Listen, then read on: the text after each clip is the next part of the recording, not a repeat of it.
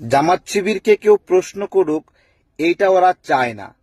এতটুকু গণতান্ত্রিক তারা হতে পারে নাই যে তাদেরকে কেউ প্রশ্ন করবে।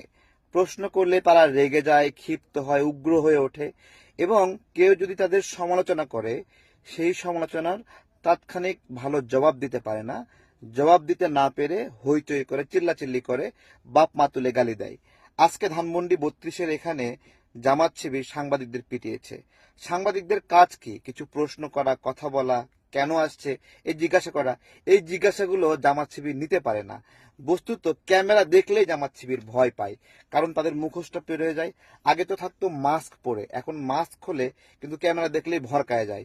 এখনো ওদের মধ্যে ভয় আছে, আতঙ্ক আছে যে আওয়ামী লীগ ফিরে আসবে এবং ওরা আবার গুপ্ত হয়ে যাবে।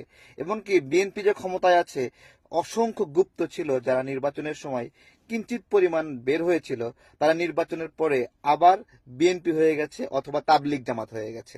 এইভাবে সরকারি দপ্তরে বিভিন্ন জায়গায় লুকায় আছে। এরা ক্যামেরা দেখলেই ভয় পায়, প্রশ্ন দেখলেই ভয় পায়। সে কারণে আজকে সাংবাদিকদের উপর হামলা করেছে জামাত শিবির।